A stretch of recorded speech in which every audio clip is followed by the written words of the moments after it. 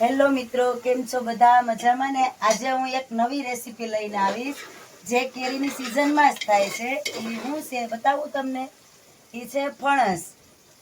ફણસ કેરીઓની ટાણે જ હોય, આખું વરસ ન હોય. કેરી પાકે ને એવી રીતના જ એ પાકતું જાય. આપણે અહીંયા વરસમાં એક જ વાર થાય કેરી સિઝન હોય ને તો બાકી અમુક જગ્યાએ 12 માસ થાય ફણસ.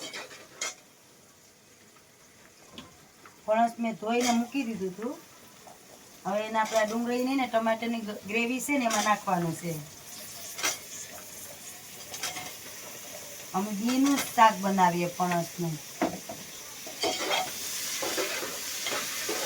બધી ફણસને મિક્સ કરી નાખવાનું.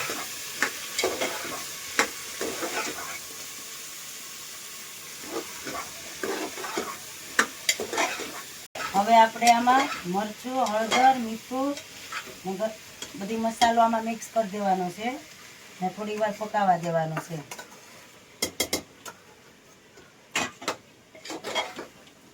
થોડી વાર પકાવવા દે ને તો ગ્રેવી મસાલો બધી ફણસમાં બેઠી જાય.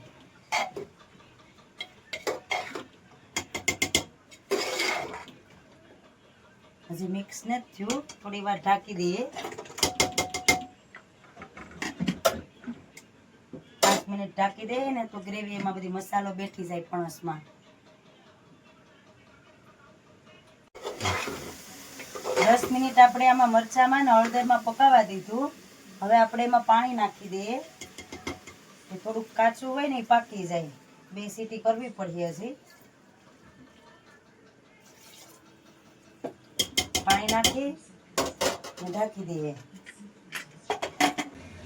ફ્રેન્ડ, જો ફણસનું શાક તૈયાર થાય ને ત્યાં સુધી બધું પાપડ ને વેફર તળી નાખું. ફણસના શાક ખાતું જવાનું છે. પાપડ આ વેફર મેં ઘરે બનાવેલી છે. જો એકદમ વ્હાઈટ થઈ ને વેફર. પાપડ ને જ બનાવ્યો, પાપડ તો તૈયાર લીધા છે.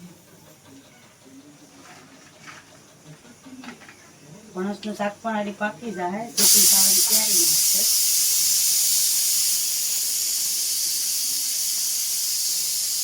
અડધી કલાક જેવું થઈ ગયું. હવે આપણું શાક થઈ ગયું છે, પાકી ગયું છે કે ચેક કરી લઈએ.